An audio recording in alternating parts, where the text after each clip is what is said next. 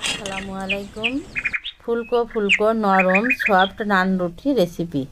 এখানে আমি 3 কাপ ময়দা নিয়ে নিচ্ছি, 2 টেবিল চামচ চিনি দিয়ে দেবো, আর দিয়ে দেবো স্বাদ মতন লবণ, আর দিয়ে দিচ্ছি গুঁড়া দুধ 2 টেবিল চামচ, অরিগানোর স্টার নিয়েছি দিয়ে দিচ্ছি 1 চা চামচ, বেকিং পাউডার হাফ চা চামচ, আর দিয়ে দিচ্ছি 2 টেবিল চামচ সাদা তেল, টক দই 2 টেবিল চামচ দিয়ে ভালো করে আমি মিশিয়ে নিয়ে হালকা কুসুম গরম পানিতে ডোটা নরম করে মাখিয়ে নেব। কিছুক্ষণ মাখিয়ে নিয়ে কিছুক্ষণ পরে একটু তেল দিয়ে আবার একটু 5-6 মিনিট মাখিয়ে নিয়েছি। নিয়ে উপরে তেল দিয়ে আমি ঢাকা দিয়ে রাখবো 15 মিনিটের জন্য। যে কুসুম গরম পানির উপরে রেখে দিচ্ছি 15 মিনিটের জন্য, তাড়াতাড়ি ফুলে উঠবে।